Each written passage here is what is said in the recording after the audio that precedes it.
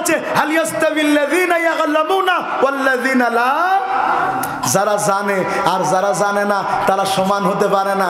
যারা কোরআন জানে আর যারা কোরআন জানে না তারা আল্লাহর দরবারে জীবনেও সমান হতে পারে না।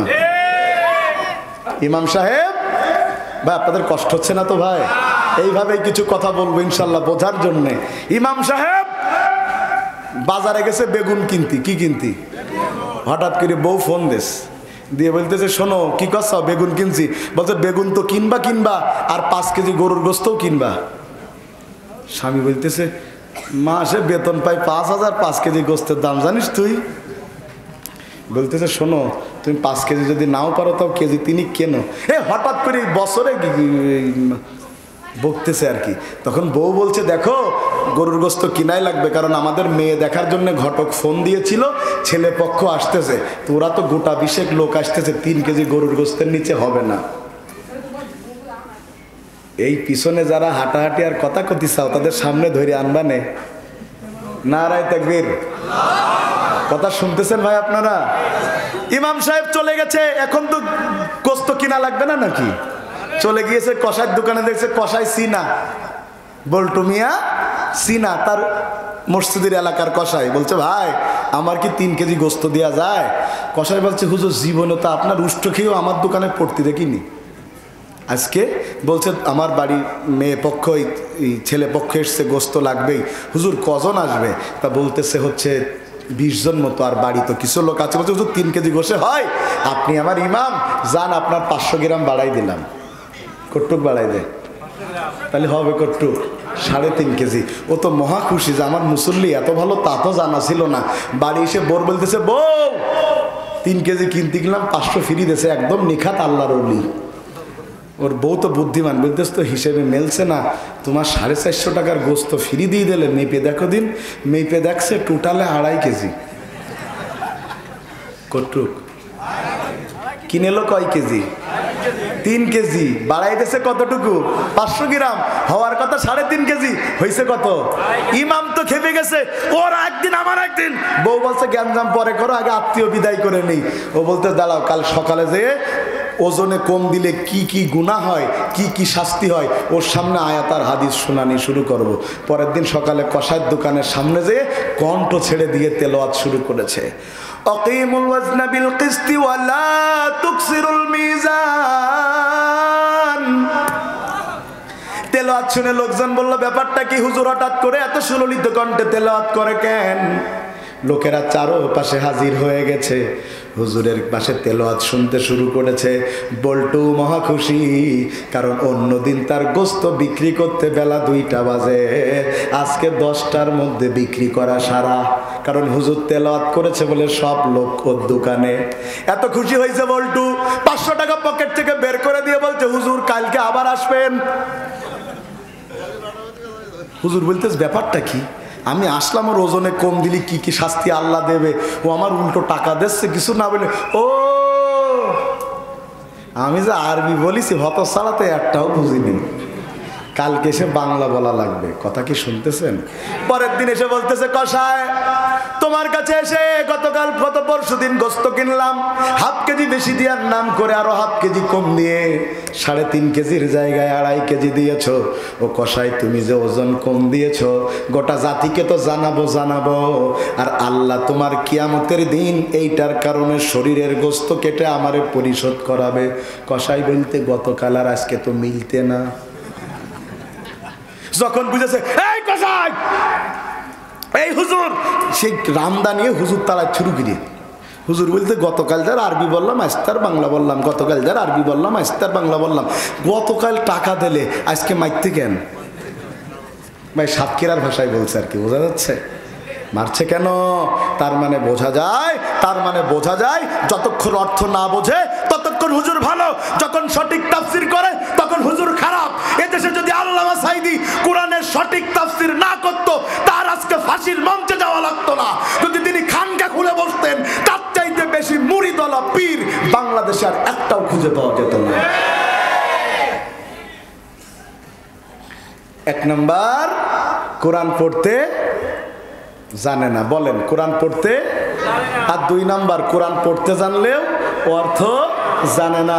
3 নাম্বার, কোরআন পড়তেও পারে, কোরআনের অর্থও জানে, কিন্তু কোরআন কায়েমের আন্দোলন করে না।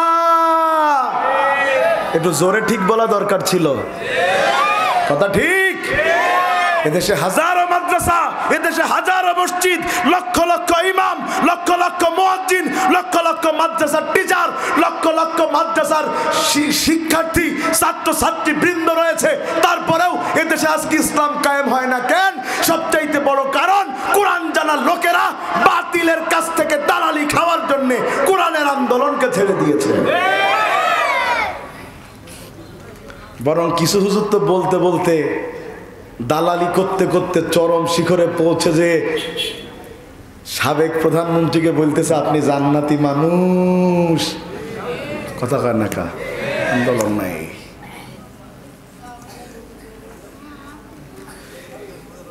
ভালো করে বুঝেন ভাই, নামাজ যেমন ফরজ, রোজা যেমন ফরজ, কোরআন কায়েমের আন্দোলন করাও ফরজ। বান্দা এটা বুঝতে চায় না। নামাজটা যত গুরুত্ব দিয়ে পড়ে, কোরআন কায়েমের আন্দোলন তত গুরুত্ব দিয়ে, কথা বলছেন না, তত গুরুত্ব দিয়ে করে না। আবার তাদের একটু বুদ্ধিও বেশি, কথা কয় না কা। তাদের বুদ্ধি কি?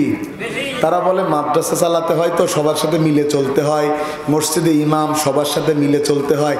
এত সুন্দর অজুহাত দিয়ে 16 বছর বাতিলের সাথে দালালি করতে করতে মা পন্ত বানিয়ে ফেলে।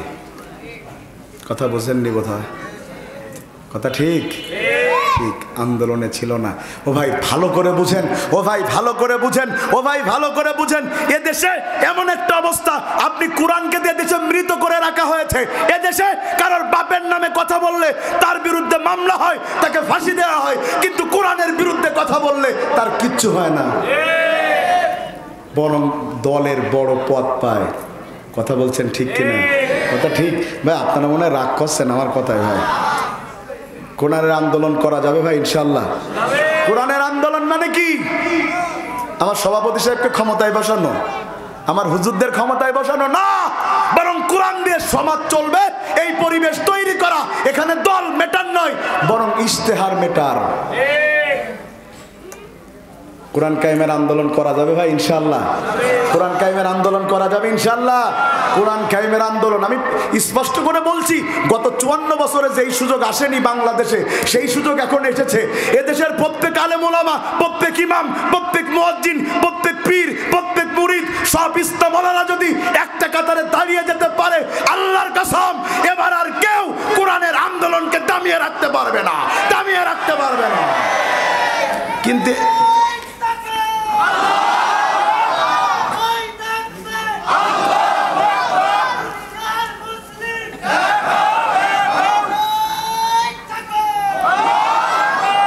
প্রিয় ভাইয়েরা, কোরআন আছে যেখানে আমরা আছি সেখানে। তাইলে আমরা 2 নম্বরে জানলাম জিকিরের 2 নম্বর অর্থ হলো কোরআন, আর কোরআনের অর্থ হলো কোরআন ছেড়ে দেওয়ার 3টা ব্যাখ্যা। একটা, কোরআন পড়তে জানে না, পড়তে পারলেও অর্থ জানে না, অর্থ জানলেও কোরআন কায়েমের আন্দোলন করে না। এই 3টা দোষ যাদের মধ্যে থাকবে তাদের জীবনকে আল্লাহ কি করে দেবে? 3 নম্বরে জিকিরের 3 নম্বর অর্থ আমার আল্লাহ নিজেই কোরআনুল কারীমের মধ্যে করে দিয়েছেন। জিকিরের 3 নম্বর হচ্ছে রাসূলের আদর্শ। সুবহানাল্লাহ বলেন।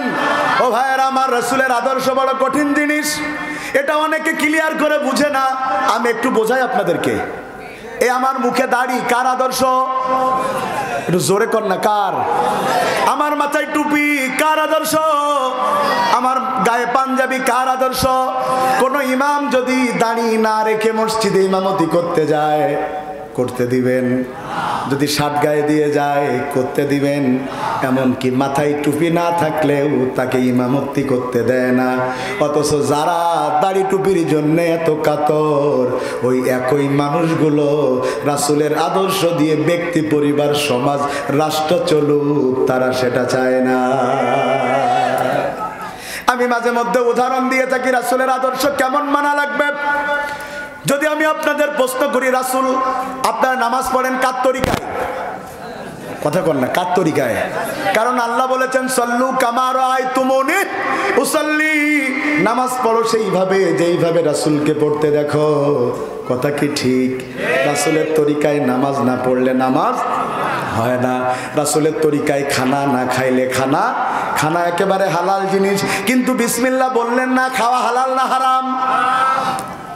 রাসূলের তরিকায় খাওয়া, রাসূলের তরিকায় পড়া, কিন্তু রাসূলের তরিকায় রাসূলের আদর্শের নেতা না মানা, তার মানে রাসূলের আদর্শ না মানা। কথা মনে হয় বোঝাতে পারি নাই। ধরে নেন আপনি আওয়ামী লীগ করেন, কি করেন? এখানে আওয়ামী লীগ করা যদি বলি কারোর হাত তোলেন, ভয়তে তো তুলবেন না, আগে হলি তুলতো। আজকে তোলার মতন লোক তো নেই মনে হয়। আগে হলি খালি তুলতো আর বলতো না আমি জয় বাংলার লোক। কথা কয় না কা? শুনতেছেন কথা আপনারা? এখন কি আর কেউ দাম বাড়িয়ে বলতে যায় না? কারণ পরিবেশ, এখন তো তিনজন মিলে দেখলাম স্লোগান দিচ্ছে এরাম কুড়ি কুড়ি, মানে এত আসতে মন কান্নে কি বলে কিরামান কাতিবিন পর্যন্ত শুনতে পেতে না। কথা কয় না কা? আর আগে কিছুতে কিছু হলেই হুজুরের কলার ধরে বলেছে আমি কোন পর্যায়ের নেতা জানিস? ঠিক কিনা বলেন? মন দিয়ে শোনেন, একজন মানুষ আওয়ামী লীগ করে, তার নেত্রীরে বড় ভালোবাসে, আওয়ামী লীগের জন্য জীবন, এই বিপদ আপদেও এখনো বলছে সুযোগ যদি পাই তোদের দেখে নেবো। এমন লোক আছে না, বিশাল আওয়ামী লীগ করে। এই লোকটা যদি আওয়ামী লীগের জনসভার মঞ্চে উঠে বলে দেখো আমি আওয়ামী লীগ করি, আওয়ামী লীগে ভোট দিই, আমি হাসিনাকে বলো ভালোবাসি, ইত্যাদি ইত্যাদি, কিন্তু আমি শেখ মুজিবুর রহমানকে আদর্শ মানি না, ওরা কি আওয়ামী লীগে রাখবে না মাথায় লাথি মেরে নামাই দেবে? কথা কয় না কা? মাথায় লাথি মেরে বলবে তুমি কিসের আওয়ামী লীগ করো, ভোট দিতে পারো ঠিক আছে, হাসিনার প্রধানমন্ত্রী মানো ঠিক আছে, কিন্তু তুমি যতক্ষণ পর্যন্ত এই দলের আদর্শ মুজিবুর রহমানকে আদর্শ মানবা না ততক্ষণ তুমি আওয়ামী লীগের প্রকৃত কর্মী না। কথা ঠিক? বিএনপি করা একজন লোক বলল আমি বিএনপিরে বড় ভালোবাসি, এই 16 বছর ধরে এত কষ্ট সহ্য করেছি, তাও বিএনপি ছেড়ে যায় নাই, লক্ষ লক্ষ টাকা আমার নষ্ট হয়েছে বিএনপি করতে যেয়ে, চাঁদা দিতে যেয়ে। এই লোকটা বিএনপির জনসভায় উঠে বলল দেখো আমি বিএনপি করতে পারি, বিএনপিতে ভোট দিতে পারি, কিন্তু আমি শহীদ প্রেসিডেন্ট জিয়াউর রহমানকে আদর্শ মানি না। এটা শোনার পরে বিএনপির নেতাকর্মীরা ওরে মাথায় লাথি মেরে মঞ্চ থেকে ফেলে দেবে, দিয়ে বলবে তুমি কিসের বিএনপি করো যে জিয়াউর রহমানকে আদর্শ মানে না। এমনকি ইরশাদ চাচা জাতীয় পার্টি যারা করে, ইরশাদ চাচা চেনেন তো, সকালে কি বলতো বিকেলে মনে থাকতো না, বিকেলে কি বলতো সকালে মনে থাকতো না। কথা কয় না? কথা ঠিক? এই দেশে 16 বছর ধরে জালেম টিকে থাকার জন্য সবচাইতে জাতীয় বেঈমানের ভূমিকা পালন করেছে এই জাতীয় পার্টি। এই দল যারা করে এরশাদকে আদর্শ না মানলে এই দল করা যায় না। আর আপনি বললেন আমি নামাজ পড়ি, রোজা রাখি, হজ করি, যাকাত দেই, সবকিছু রাসূলের পন্থায়, কিন্তু আমার রাজনীতি, আমার দল, আমার দুনিয়া, এটা হলো আমার সিস্টেমে। আল্লাহর কসম আপনি প্রকৃত মুসলমানের বাচ্চা নন।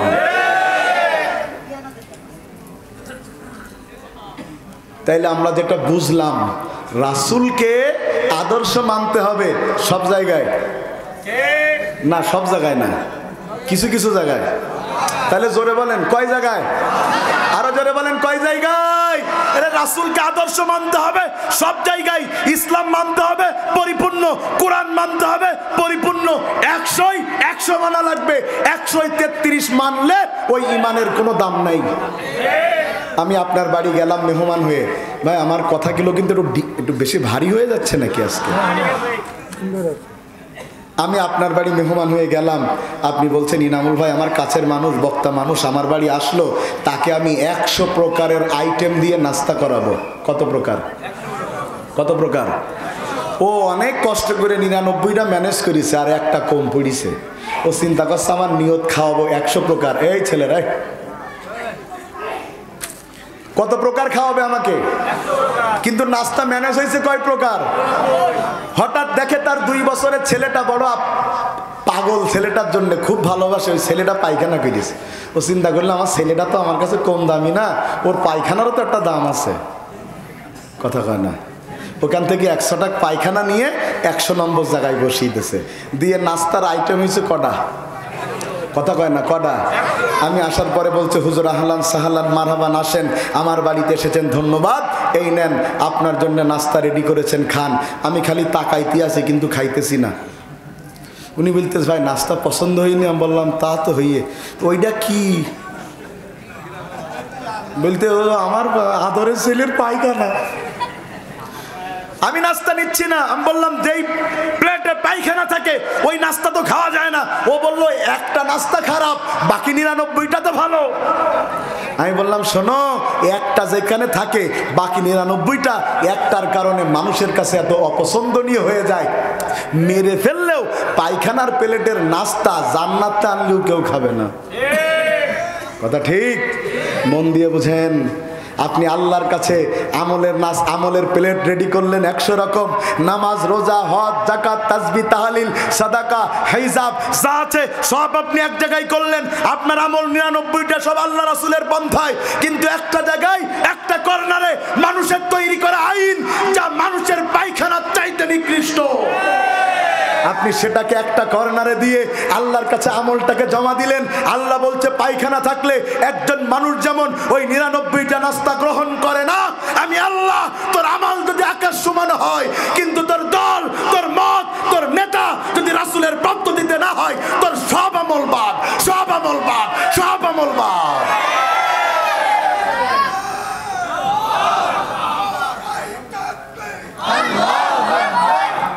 বোঝা লাগবে এই কথাগুলো, কিন্তু ভাই গবেষণা করা কথা, কথা বোঝা যাচ্ছে তো? খুব মন দিয়ে বোঝেন। এরে এটা রবীন্দ্রনাথ নয়, এটা কার্ল মার্কস নয়, এটা লেনিন নয়, এটা হচ্ছে আপনার আমার নবী মুহাম্মদুর রাসূলুল্লাহ, যার পায়ের তলা থেকে মাথার চুল পর্যন্ত প্রতিটা জায়গা বান্দার জন্য আদর্শ। বান্দা চুল কাটবে কেমনে এটা রাসূল বলে দেয়নি, দিয়েছে? তা আপনি আব্দুর রহমান, আপনার ছেলে মুস্তাফিজুর রহমান, ও যে চুল কাটে নেইমার কাটিংয়ে,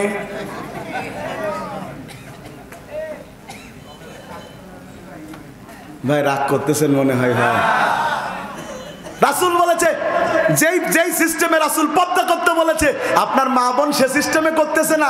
এখন পর্দাও একটা স্টাইল।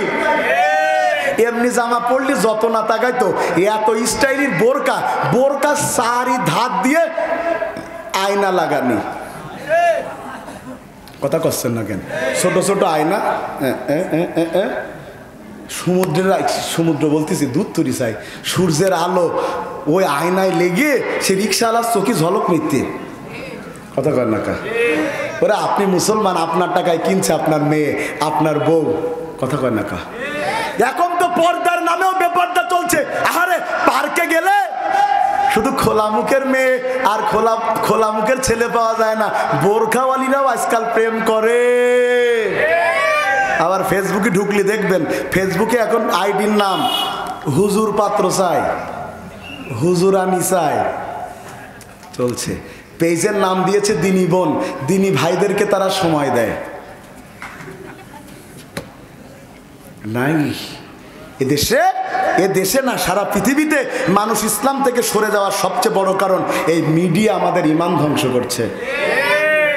ইসলামী আন্দোলন করা ছেলেটাও সারা রাত ফোনে চ্যাটিং করছে, হুঁশ নাই, সময়ের যে দাম দেয়া দরকার সেটা তার মনে নাই। ভাই তাইলে রাসূলের আদর্শ মানা লাগবে। যিকরুর রাসূলা লাকাদ কানা লাকুম ফি রাসূলিল্লাহি উসওয়াতুন হাসানাহ। তাইলে জিকিরের 3 নম্বর অর্থ হলো রাসূলের, কথা বলে না, রাসূলের, জোরে বলেন, রাসূলের আদর্শ। জিকিরের 4 নম্বর অর্থ হচ্ছে কোরআন নিয়ে গবেষণা করা, কোরআন থেকে উপদেশ গ্রহণ করা। একটা সূরার মধ্যে আল্লাহ একই আয়াত 4 বার দিয়েছেন। আমার আল্লাহ বলেন ওয়ালাকাদ ইয়াসসারনাল কুরআনা লিযিকরি ফাহাল মিন মুদ্দাকির। আল্লাহু আকবার। ভাই কোরআন নিয়ে গবেষণা করার মানে কি? কোরআন নিয়ে গবেষণা করার মানে কি? এরে বাচ্চা টাচ্চা আমার তো শেষ করে ফেলতেছে আজকে। চারি রাস্তাঘাটে কথা, আমার একটা খুব বাজে অভ্যাস, কথা কানে আসলে মোটে ওয়াজ বার হয় না। নারায়ে তাকবীর, নারায়ে তাকবীর। গবেষণা, ও ভাই আমার এটা একটা মাদ্রাসা না ভাই? কথা বলে না, মাদ্রাসা না? আজকে 2টো বাচ্চা হেফজ নিয়ে, হেফজের আমি পাগড়ি পরিয়ে দিলাম, ওরা মনে হয় 24 ঘন্টা শুয়ে থাকতো, আর কোরআন অটো মুখস্থ হয়ে যেত। কি করা লাগতো? কষ্ট করা লাগতো না? ওই 4টের সময় ঘুম বাদ দিয়ে ওই ছোট বাচ্চাদের ওটা লাগতো না? উঠে রাত 10টা পর্যন্ত পড়াশোনা করা লাগতো না? তারপর একটা পর্যায়ে কোরআন তাদের বুকে ঢুকেছে না? আচ্ছা, কোরআন মুখস্থ করার কথা কি বলবো? এ দেশে তো মুফতি কাজী ইব্রাহিম সাহেব 36 দিনে পুরো কোরআন মুখস্থ করেছে। কত দিনে? 49 দিনে। সেদিন একটা বাচ্চা কোরআন হিফজ করেছে। কত দিনে? ভাই, এ সমাজে কোরআন মুখস্থ করার দিনক্ষণ পাওয়া যায় 49 দিন, 36 দিন, 1 মাস, 1 বছর, 3 বছর, 5 বছর। কিন্তু এরকম লোক খুব কম পাওয়া যায় যে কোরআনের A to Z 30 পারার তাফসির শেষ করেছি। পাওয়া যায় না। আমাদের কোরআন নিয়ে গবেষণা নাই। আমরা তো শুধু আমাদের মাসলাও একটা নির্দিষ্ট জায়গায়। আমরা তো ইসলামের সব জায়গায় কেমনে চলবে জানতে চাই না। আমার কাছে সবচেয়ে বেশি ফোন আসে যে এই বিষয়ে, সেটা হলো হুজুর রাগ করে বোধ তালাক দিয়ে ফেলিছি। রাগ করে কথা বলে না, রাগ করে। তা আমি বললাম কিডা বোর ভালোবেসে তালাক দেয়? একটা লোক দেখা যে বোর বলতেছে আই লাভ ইউ, তুমি তালাক। কেউ এই কথা বলে? কথা বলে না, কথা বলে। তা কি বলে? গাঞ্জামের এক পর্যায়ে তালাক দেয়। আপনি আমার কাছে তালাকের মাসলা জিজ্ঞাসা করলেন, অথচ আমি আজ পর্যন্ত একটা লোক পাই নাই যে আমার কাছে ফোন দিয়ে বলেছে ভাই আমি এই মালটা এইভাবে কিনেছি, কিভাবে বিক্রি করলে হালাল হবে। এ প্রশ্ন কেউ করে না। বরং সুদখোর। আল্লাহ, আমার এলাকায় একজন সুদ খায়। তা আমি সেলুনে চুল কাটাচ্ছি আর সে এসে বড় বড় গল্প দিচ্ছে। তা আমি বললাম তো চাচা সুদ খাওয়াটা বাদ দাও। তা বলতে সুদ খালি কি হয়? আমি বলছি গুনাহ হয়। বলতেছে আমি একটা মানুষের উপকার করছি আর আমার গুনাহ হবে? আল্লাহ তো পাগল না তোমাদের হুজুরদের মতন। আমার বলতেছে আল্লাহ তো, সে মানুষের বলছে আমি একজনের উপকার করে 30,000 টাকা দিলাম, সে যদি 3 মাস পরে আমার ভালোবেসে আর 10,000 টাকা দেয়, ওর উপকার হইলো আমার উপকার, দুটোই তো উপকার, গুনাহ কি করে হইলো বুঝলাম না। কোরআন নিয়ে গবেষণা, কথা বলছেন না, কোরআন নিয়ে গবেষণা নাই। আজকে পৃথিবীতে যুদ্ধ বিমান তৈরি হয়েছে। কিভাবে হয়েছে? কোরআন গবেষণা করে সূরা ফিলের তাফসির থেকে যুদ্ধ বিমান তৈরি হয়েছে। কিন্তু অধিকাংশ হুজুর পর্যন্ত সূরা ফিলের তাফসির জানে না। কেমনে তৈরি হলো যুদ্ধ বিমান? আব্রাহা গিয়েছে কাবাতে, আব্রাহা গিয়েছে মক্কায়, কিন্তু আব্রাহা ইয়ামেনের একজন বাদশাহ, খুব মন দিয়া বুঝেন। কিন্তু মক্কায় যাওয়ার পরে তারে কেউ বেল দেয় না, তারে কেউ খোঁজ খবর নেয় না। ওর বড় ইগোতে লেগেছে, আমি এত বড় একটা দেশের বাচ্চা, কেউ আমারে সালাম দেয় না, কেউ আমারে বসতে বলে না, আমারে কোনো প্রোটোকল দেয় না। এমন হয় না ভাই? ও ভাই, আমি আজকে আপনাদের এই মাহফিলের প্রধান বক্তা ইনামুল হাসান বিন্নুর, আপনারা আমাকে আদর যত্ন করে নিয়েছেন, নাস্তা করিয়েছেন, মাহফিলে বসিয়েছেন। আমি এখানে আপনাদের মধ্যে এখন সবচেয়ে নাম করা, সেই হিসাবে এনেছেন না, বোঝানোর জন্য বলছি। এখন এখানে যদি আমি না এসে মিজানুর রহমান আজহারি আসতো, ইনামুল বলে যে একটা লোক আছে তা কারণ মনে থাকতো? কথা বলে না, মনে থাকতো? হয়তো স্টেজের পাশে চেয়ারে পর্যন্ত আমি ঠেউ পাতাম না। কথা ঠিক তো? যেই কাবায় পৃথিবীর বড় বড় পরশক্তিরা যায়, সেখানে আব্রাহার মতো ছোট একটা রাষ্ট্রপ্রধানের কেউ বেল দেয় না। কিন্তু ওর তো ইগোতে লেগেছে, কেন আমারে বেল দেয় না? ও বলছে দাঁড়া, তোদের কাবার মতন আমি একটা কাবা বানাবো। রাগ হয়ে গেছে। কিন্তু এত বড় রাজনীতিবিদ এটা বুঝে না, আসল আর নকল কোনোদিন এক হয় না। আমার মায়ের চাইতে সুন্দরী 1 কোটি মহিলাকে আমার মা বানালে আমার আসল মায়ের সমান হবে না। কথা ঠিক? এদেশের আসল বক্তা আল্লামা সাইদি, এদেশের হাজারো তাসুরের নকল বক্তা, আমাদের মতো লাখো বক্তা ওয়াজ করতে পারে, কিন্তু সব বক্তার বক্তব্য এক জায়গায় করলেও আল্লামা সাইদির 1 মিনিটের বক্তব্যের সমান হবে না। কারণ আসল আর নকল কোনোদিন এক হতে পারে না। এদেশে যারা আমরা তাফসির করি সব আল্লামা সাইদি সাহেব থেকে সহযোগিতা। আব্রাহা নতুন কাবা বানাচ্ছে, এ কথা শুনতেছেন আপনারা? নতুন কাবা আমাদের সমাজে আছে, দেখবেন কোন মসজিদে যদি কারোর বেল না দেয়, টাকাওয়ালা পাশের পাড়ায় দিয়ে আর একটা মসজিদ করে। কথা কয় না, সভাপতি করেনি, ওরে রাগ, আমার সভাপতি করলো না, কর আর একটা মসজিদ। গ্রাম 4 ভাগ করে ফেলেছে, আছে নিজের স্বার্থে মসজিদ ভাগ করা হারাম। ভাইয়েরা আমার, নতুন কাবা পুরনো কাবার চাইতে আরো সুন্দর করে আকর্ষণীয় করে বানিয়েছে। বানানো যখন শেষ হয়েছে, সবাইকে এবার দাওয়াত দিয়ে কমপ্লিট করেছে, আগামীকাল উদ্বোধন, এই ঘোষণা দিয়ে চলে গেছে আব্রাহা তার লোকজন নিয়ে। রাতের বেলা কুরাইশ যুবকেরা ঘুমিয়ে আছে, সবার মধ্যে পেট ব্যথা শুরু হয়েছে, সবাই ঘর থেকে বের হয়েছে পায়খানা করবে তাই, কিন্তু কে বা কারা তাকে যেন টানতেছে নতুন কাবার দিকে। সুবহানাল্লাহ কয় না কা? রাস্তা দিয়ে বের হয়েছে, একজনের আর একজনের সাথে দেখা হয়, কই যাও, কয় পায়খানা করতে যায়। কোথায় পায়খানা করতে যায় নিজেরাও জানে না, কাবার কাছে তারা হাজির। কাবার কাছে হাজির হয়ে সব যখন এক জায়গায় হয়েছে, তখন বলতেছে দুনিয়ার সব কাজ একসাথে করা যায়, কিন্তু যদি আপন স্বামী স্ত্রীও হয়, পায়খানা তো দুজন একসাথে করা যায়? ভাই যায়। আমি 16 সালে জেলে গেলাম, আমাকে ওই সাতক্ষীরায় আমি ওয়াজ করতে যে রসুলপুর থেকে গ্রেপ্তার হলাম, ওখানে জেলে ঢুকলাম। তা আমাকে কয়েদি ওয়ার্ডে রেখেছে, যাতে যারা কয়েদি, কেউ সুন্দরবনের সেই বন মামলার আসামি, কারোর এখানতে ভাই সেই বাঘে খেয়ে ফেলে, মানে কত ভয়ঙ্কর বুঝতে পারতেছেন, যে বাঘের সাথে লড়াই করে টিকে থাকা লোকেরা ওই মামলার আসামি। আমারলাম ভাই দিয়েন না, আমার মেরি বসবেন তো। বলতেছে হুজুর, জেলের বাইরের থেকে জেলের মধ্যে আরো শান্তি আছে, ওরা আপনার যা যত্ন করবে আপনি ভাবতেও পারবেন, একটু যান না নামাজ পড়ায়েন। তা গিয়েছি, ওরা তো আমার সে রাত্রিরে আমি শুয়ে থাকি পা টিপে। আমি বলছি ভাই আমি পা টিপা হুজুর না, বলতে হুজুর তাও টিপি।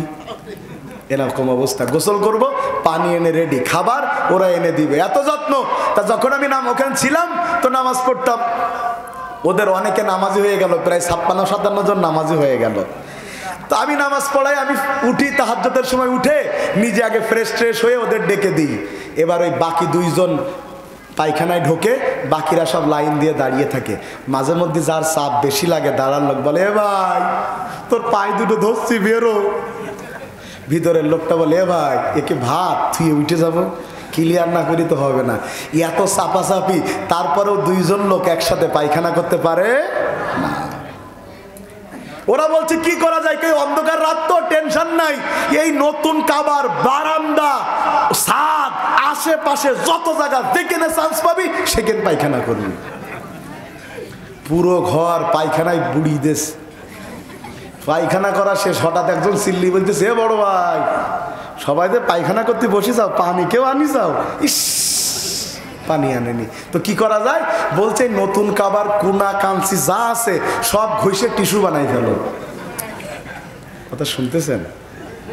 এখন খালি নিচে নিচে পায়খানা না, একেবারে ওয়ালে একেবারে কোনা কাঞ্চি যা আছে সব পায়খানায় ভরা।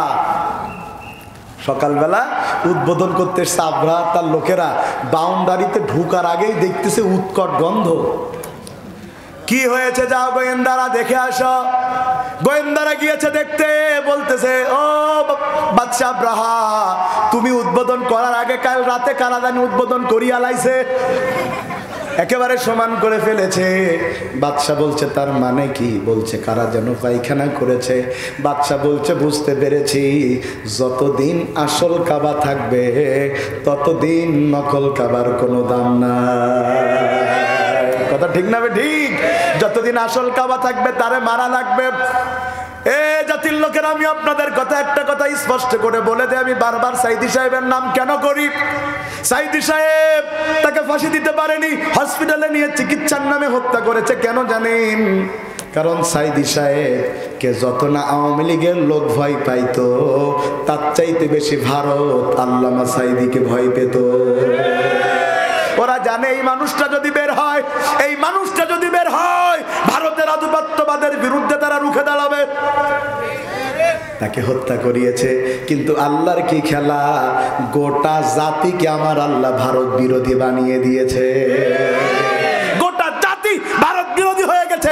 ভারত এখন বলতেছে বাংলাদেশ দখল করবে। শুনে রাখো, এটা 71 সালের বাংলাদেশ নয়, এটা 24 সালের বাংলাদেশ। স্বরাষ্ট্রমন্ত্রীকে দেখাচ্ছে পুলিশ, একজনরে গুলি করি, 4 জন দাঁড়িয়ে যায়, কয়জনরে মারবো? শোনেন, 5ই আগস্টের আগে একজনকে মেরেছেন, 4 জন